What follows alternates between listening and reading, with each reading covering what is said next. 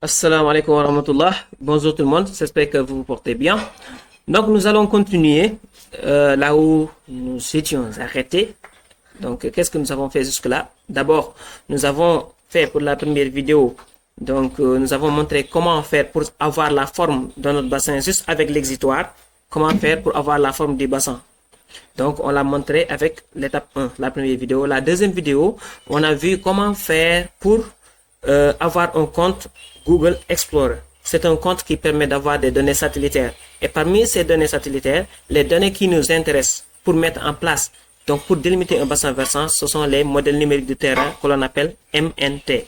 Donc, on a montré dans la deuxième vidéo comment faire pour avoir donc ce compte et pouvoir télécharger gratuitement des données plus précises que les données avec la carte MNT du Sénégal qui est de 90 mètres de résolution. Après cela, la troisième étape, qu'est-ce que nous avions fait? Étape numéro 3, nous avons montré comment faire pour télécharger. Là également, c'est pas toujours évident comment faire. Donc, pour télécharger des MNT dans le logiciel, dans le site Google Explorer. Nous voilà maintenant aujourd'hui, donc, dans notre milieu de travail, dans ArcGIS, pour délimiter donc notre bassin versant en utilisant les MNT que nous avions téléchargés donc la fois passée, donc dernièrement. Et maintenant, le travail d'aujourd'hui consistera d'abord à ressortir le réseau hydrographique. Premièrement, on va ressortir le réseau hydrographique. Deuxièmement, ressortir le bassin versant. Troisièmement, délimiter donc le réseau hydrographique du bassin versant en superposant les deux. Donc, ressortir la partie du réseau hydrographique qui est dans le bassin versant. Donc, ce sont les trois éléments que nous allons faire aujourd'hui. Donc, après cela, nous allons pouvoir faire peut-être une autre vidéo pour la mise en page et pour les calculs de surface, etc. Donc, c'est ça que nous allons faire. Et après, pour la suite, nous allons faire également utiliser l'MNT toujours pour mettre en place une carte hypsométrique. Voilà. Donc, nous allons commencer. D'abord, avant de commencer donc notre exploration avec ArcGIS ou ArcMap, en l'ouvrant, il faut taper ArcMap. Donc, dans la barre de recherche, vous tapez ArcMap. Si vous êtes nouveau, vous venez ici, vous tapez ArcMap, vous l'ouvrez. Maintenant, ce que vous devez faire, d'abord, vous allez entrer dans votre disque ou bien là où vous voulez donc gérer le travail parce qu'il faut que cela soit organisé. Vous devez créer un nouveau dossier. Donc, vous devez avoir votre propre espace de travail.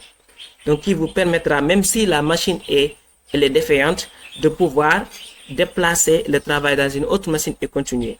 Sinon, ArcGIS aura tendance à enregistrer les données donc dans le disque local C. Et ça peut être désorganisé. C'est pas difficile à retrouver. Donc, je vous conseille ceci. À chaque fois que vous avez un projet, donc d'établir un bassin ou bien un autre projet, il faut créer un nouveau dossier. Vous venez ici, par exemple, n'importe où dans votre machine, là où vous voulez le créer, et que cela ne soit pas loin, au moins dans un bureau ou bien dans un nouveau nom, si vous avez deux catégories, donc dans un nouveau nom D, dans votre disque local, vous créez un nouveau dossier. Maintenant, ce nouveau dossier, je vais le nommer projet numéro 1, peut-être j'aurai d'autres projets. Bassin versant.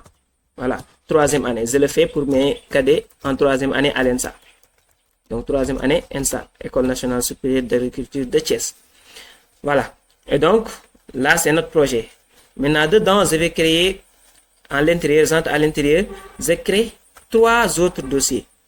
Maintenant, le premier dossier, ce sont les données brutes. Vous allez comprendre après pourquoi je l'ai fait. Juste suivez-moi, données brutes. Un deuxième dossier où ce sont les données MNT que je vais mettre. Je pense que vous avez déjà copié les données MNT. Voilà, ça ce sont les données MNT. Ce sont les feuillets qu'on avait téléchargés la fois passée. Donc, et un troisième dossier pour les livrables. Les livrables, ce sera donc les cartes après mise en page. Donc, les livrables, vous allez les mettre ici. C'est le travail final. C'est ce qui est attendu de tout ce qu'on est en train de faire, de tout ce qu'on va faire sur ArcGIS. La finalité, c'est de mettre en place des cartes. Des cartes, donc, de bassin versant. Donc, et ces cartes-là, ce sont nos livrables. C'est ce qu'on nous a demandé. C'est les livrables. Si c'était un travail également, c'est un livrable. Donc, et pour vous dire également que c'est intéressant, les gens dans les projets, ils payent beaucoup pour la mise en place d'une simple donc carte d'un simple bassin versant. Donc, c'est intéressant. Donc, voilà, le dossier est créé, l'espace de travail est créé. Je vais retourner maintenant dans ArcGIS, ArcMob. Avant de commencer, la première chose à faire, c'est d'enregistrer le projet. Il faut que je l'enregistre. Comment l'enregistrer? Je viens ici, Save, ou vous mettez CTRL S. Save. Pour l'enregistrer, je vais aller également dans mon nouveau dossier que j'ai créé dans le projet. Donc, rien ne sort du projet. Il ne faut pas que cela soit désorganisé. Donc, je viens sur mon PC, ici. Où est projet numéro 1? Voilà, projet numéro 1 bassin versant. C'est sans titre, moi je vais le nommer. Je vais nommer ça projet ou bien formation bassin versant. Voyez, et je tape sur enregistrer. Voilà, maintenant j'ai enregistré mon projet, CTRL S, à chaque fois que je veux renouveler l'enregistrement. Après chaque opération, je vais vers CTRL S. L'autre chose également, c'est le système de coordonnées de référence. Vous savez, les logiciels SIG, à chaque fois, il faut les dire là où vous vous situez pour qu'ils ne se perdent pas. Sinon, si vous entrez des couches, il peut les placer dans d'autres endroits différents de l'endroit où vous êtes. Vous voyez? Donc, comment le faire? Il faut venir sur layer. C'est la raison pour laquelle ici, il me dit les unités sont inconnues. Unknown units. Parce qu'il n'y a pas de système de coordonnées de référence. Donc, il ne sait pas sur quoi est-ce qu'il doit travailler. Vous devez le guider. Donc, vous allez venir ici sur layer. Vous faites clic droit. Vous venez sur propriété. Maintenant, système coordinate. Moi, je suis déjà, pour vous, peut-être, ça peut vous mettre sur général. Vous devez quitter, venir sur coordinate système. Ici, je dois choisir WGS 1984 UTM jaune 28. Parce que moi, je suis donc dans la jaune 28N. Je suis dans l'hémisphère nord. Donc, voilà. Et jaune 28. Maintenant, comment est-ce fait? Parce que pour certains, cela peut ne pas apparaître là directement. Parce que moi, je les ai ajoutés au niveau des favoris. Maintenant, pour vous, pour celui qui n'a jamais fait et qui n'a pas WGS 1984 jaune 28, si bien sûr vous êtes au Sénégal, vous devez savoir travailler avec jaune 28. Vous devez venir ici, sur Projected Coordinate System, ici, pour trouver le système de coordonnées de référence. Projeté, parce que là-bas, c'est pas projeté, c'est Geographic Coordinate System. Là, ce sont des latitudes et des longitudes, et là, ce sont des données en UTM. Les données en UTM sont en mètres. Ce sont ces données qui nous intéressent parce que ce sont ces données qui nous permettront de calculer les distances, tout ce qui est surface, de faire des calculs. Donc, on doit faire le travail donc, dans un système projeté. Donc, ici, je descends sur UTM. J'ouvre UTM. Je descends sur WGS 1984. Je descends sur hémisphère nord. Je suis à l'hémisphère nord. Et maintenant, il ne faut pas toucher les complexes. Donc, complexe, c'est complexe. Donc, il faut aller dans ce qui n'est pas complexe. Donc, ce qui est simple. Hein. On descend. Ici, vous voyez WGS 1984 ITM jaune 28. C'est ça dont j'ai besoin. Pour vous, vous devez appuyer ici pour l'ajouter au favori. Pour moi, c'est déjà fait. C'est juste pour vous montrer. Et donc là, j'appuie sur. Donc déjà, c'est bon. J'appuie sur OK. Vous voyez? Regardez, ça a changé. Il avait mis Unknown units tout à l'heure. Maintenant, il a mis meters. Ça veut dire que les unités qui sont là, dans l'espace de travail, sont en mètres. Maintenant, on continue. Ici, tout est OK. Ça, c'est l'espace de travail. Ça, ce sont les barres d'outils. Ça, c'est la table des contenants. Maintenant, il y arrive que certains ne voient pas cette table. Elle est juste cachée ici. Vous voyez? Donc, vous appuyez, ça vient. Et pour certains également, la table, elle est détachée. Elle peut être détachée. Pour certains, c'est comme ça flotte. Maintenant, pour éviter que ça flotte, vous cliquez 2 fois. Vous venez sur, soit ici, à droite, à gauche plutôt, ça va escorcher cela à gauche. Si vous venez à droite, vous allez mettre le curseur, vous allez pointer sur ces 4 éléments. Ces 4 éléments permettent de fixer donc tout ce qui flotte et qui est dans l'espace de travail. Ça permet que cela soit plus organisé. Soit je viens là, je le fixe à droite, je viens là, je le fixe à gauche, et je viens en haut, je le fixe en haut ou en bas. Maintenant, moi, je veux le fixer à gauche. Voilà, là, c'est fixé. Je pense que maintenant, c'est bon. Maintenant, tout est bien. Qu'est-ce qui reste? On commence notre travail. Donc, avant de commencer le travail, il faut montrer à ArcGIS mon espace de travail. Parce que à chaque fois que je fais une opération, si je ne lui dis pas l'espace de travail, il va stocker ça, comme je vous l'avais dit au début, dans disque C. Alors que moi, je veux que tout ce qu'il stocke, qu'il met ça dans mon espace de travail. Donc, comment le faire? Je vais venir sur Geoprocessing. Geoprocessing. Geoprocessing. Je viens sur Environnement. Ou plutôt l'environnement de travail. Workspace. Workspace, ça veut dire espace de travail. Vous avez vu?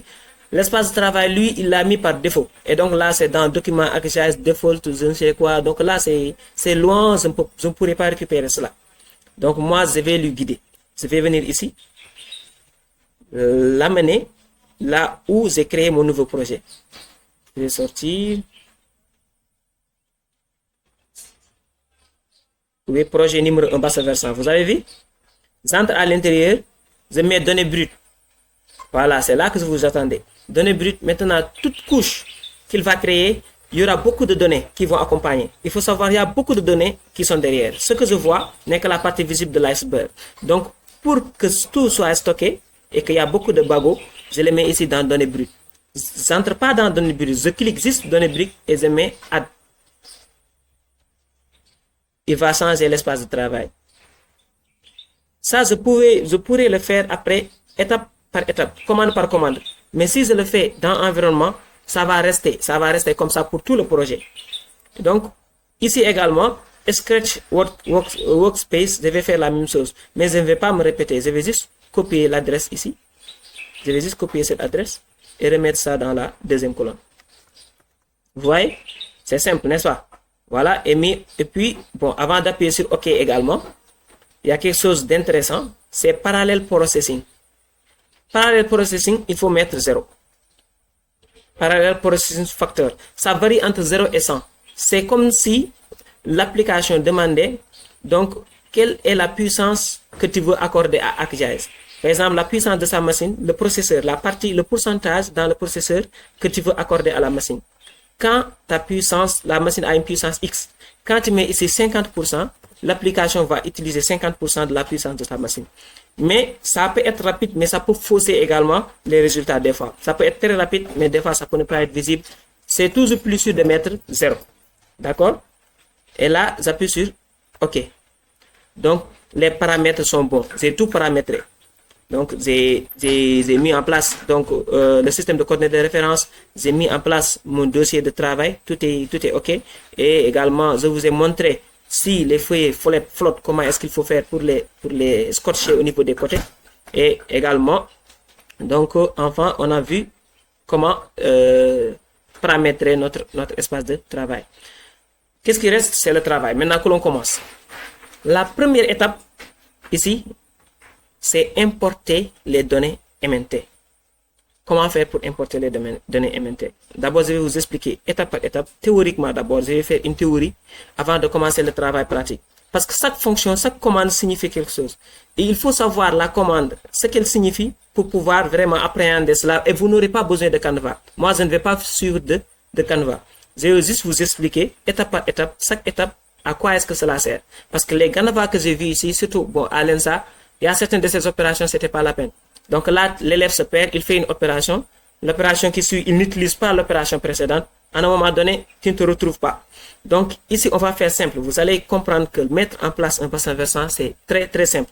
On en avait parlé la formation, la fois passée avec la formation. Donc ce sera juste un résumé de ce qu'on avait fait. Premièrement, vous importez les données. Les données, ce sont des feuilles.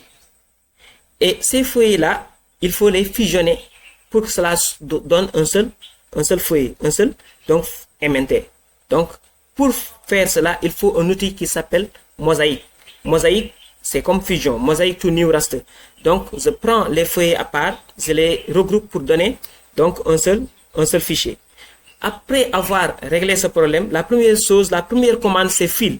Mais c'est quoi fill? Parce que ce sont des commandes. Il faut savoir, dans ArcGIS, ce sont des commandes. Tu lui guides.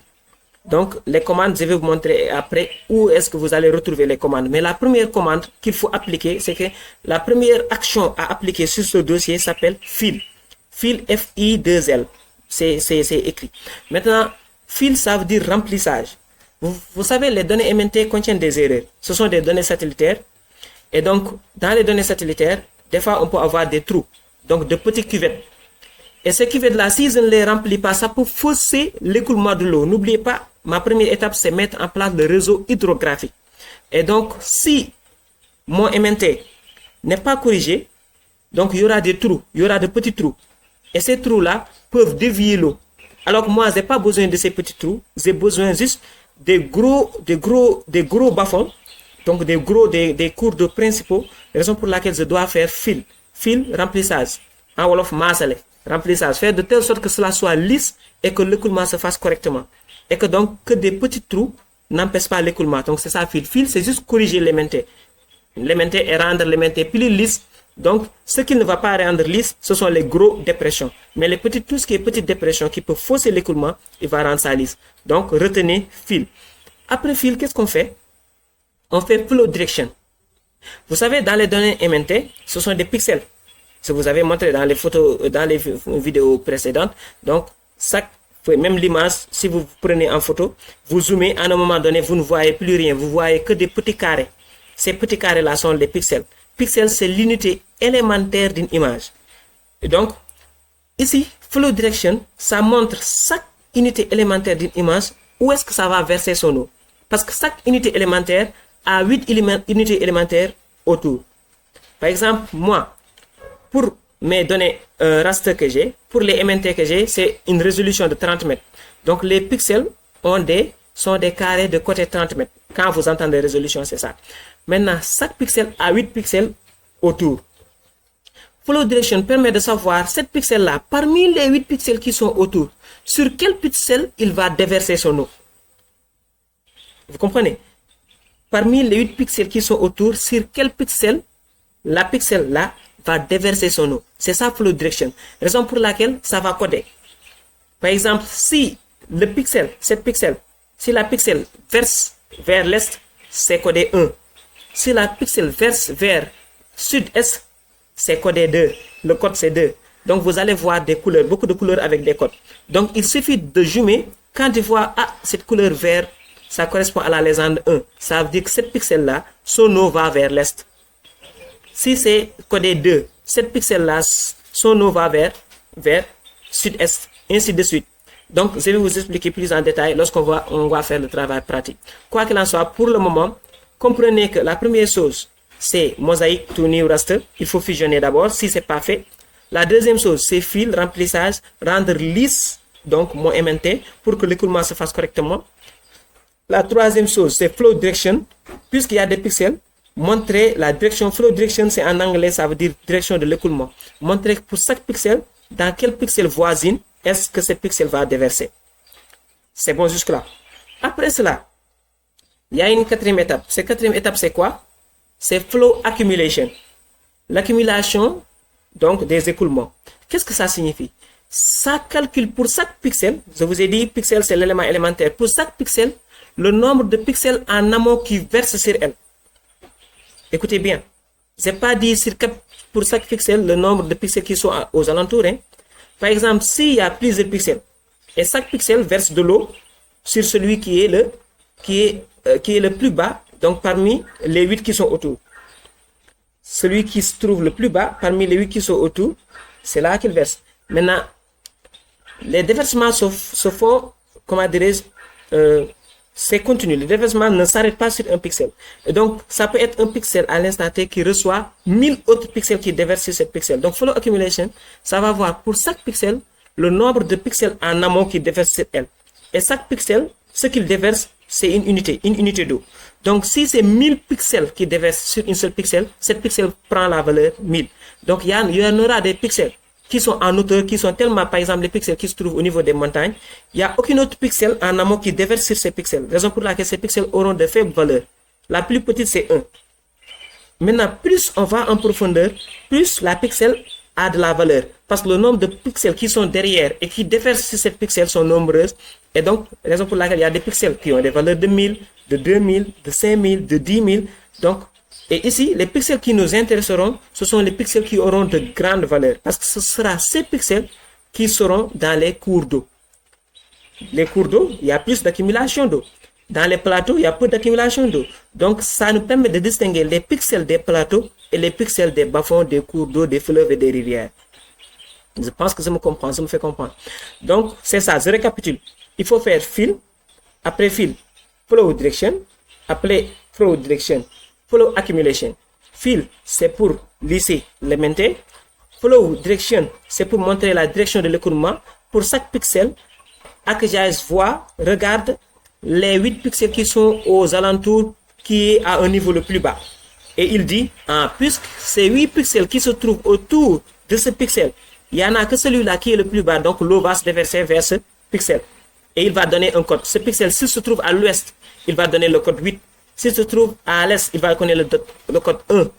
Je pense que je me fais comprendre jusque-là. Et après, c'est flow accumulation. Donc, c'est fill, flow direction, flow accumulation. Il faut le retenir. Après flow accumulation, qu'est-ce qui reste?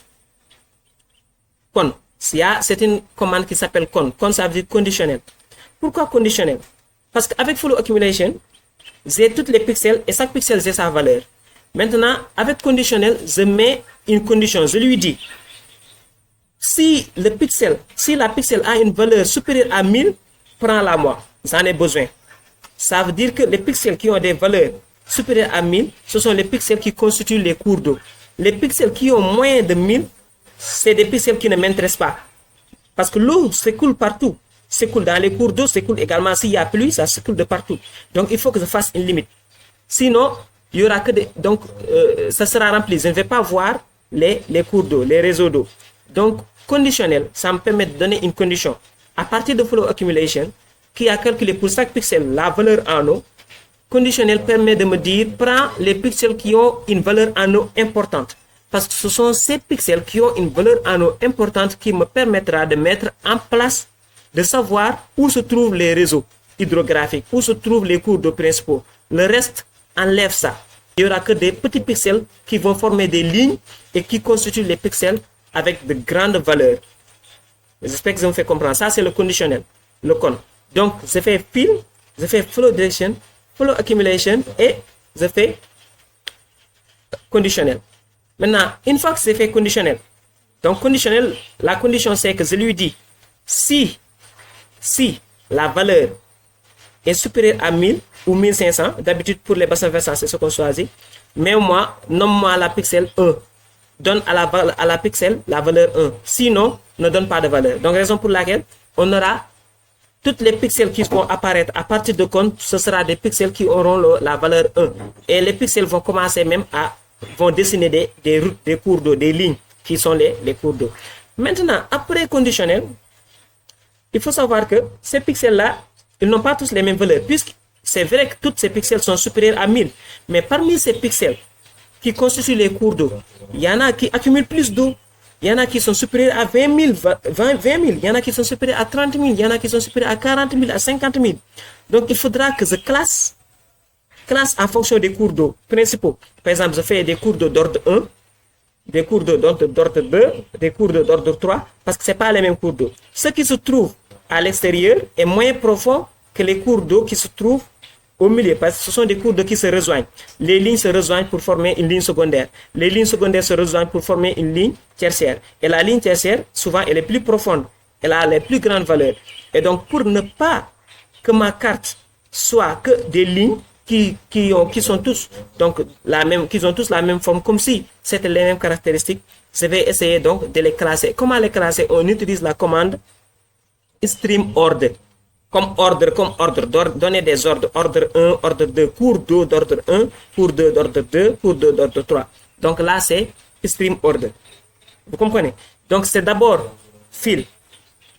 Après fill, c'est flow direction. Après flow direction, c'est flow accumulation. Après flow accumulation, c'est conditionnel. Après conditionnel, c'est stream order. Vous comprenez? C'est ça. Après conditionnel, c'est stream order, l'ordre des cours d'eau. Raison pour laquelle, là, puisqu'avec conditionnel, il m'avait donné les pixels qui constituent les cours d'eau, maintenant avec stream order, il me donne les pixels qui ont les plus grandes valeurs, et puis il me donne les pixels qui ont les valeurs moyennes. Donc là, il me donne les cours d'eau les plus importants, et puis les cours d'eau qui viennent après, les cours d'eau qui viennent après, les cours d'eau qui viennent en dernier lieu. Vous comprenez? Donc c'est ça, il classe ça, c'est juste une classification des cours d'eau. Là-bas, c'était juste codé 1, tous les cours d'eau sont les mêmes. Maintenant, avec Stream Order, il donne des ordres, parce que les cours d'eau ne sont pas les mêmes. Parce qu'après, notre bassin versant doit être joli et doit avoir des parties. Donc le bassin versant doit avoir des parties. Une partie plus foncée qui montre là, c'est plus profond, et autre moins foncée, moins clair, jusqu'à ce qu'on puisse distinguer que tout n'a pas la même forme. Donc c'est ça. Et après avoir fait ça, on a notre réseau hydrographique. Mais sauf que le réseau hydrographique est sous forme raster. Raster, ça veut dire qu'on a des pixels. Quand vous zoomez, vous n'allez pas voir des lignes. Il y a des pixels. Et moi, je veux présenter des lignes. Je veux avoir des lignes. C'est les réseaux d'eau, ce sont des lignes. Ce n'est pas que des pixels. Donc, raison pour laquelle la dernière étape pour ressortir le réseau hydrographique se fait avec la fonction que l'on appelle raster to polyline. C'est-à-dire, je pars du document raster avec les pixels, je le transforme en un document vecteur. Le document vecteur là, le fichier vecteur, c'est ce fichier dont j'ai besoin. Et c'est ce fichier qui me permet même de calculer la longueur des cours d'eau, donc les coefficients de ruissellement, etc. Donc, les calculs se font avec le fichier vecteur, mais pas avec le fichier raster. Et je répète une fois, le fichier raster, ce sont des pixels. Le fichier vecteur, là, ce sont des lignes, soit des lignes, vecteur, c'est soit des lignes, soit des points, soit des polygones. Donc, vecteur, c'est tout ce qui est visible, qui se dessine, qui n'est pas des pixels. Là, c'est vecteur, données vecteur. Donc, la dernière étape, c'est ça. Donc, bon, je commence à tirer en longueur. Je vais arrêter ici pour cette vidéo. Et là, c'était juste la théorie pour que vous compreniez, parce que c'est pas intéressant de faire des commandes alors que vous ne comprenez pas à quoi servent ces commandes.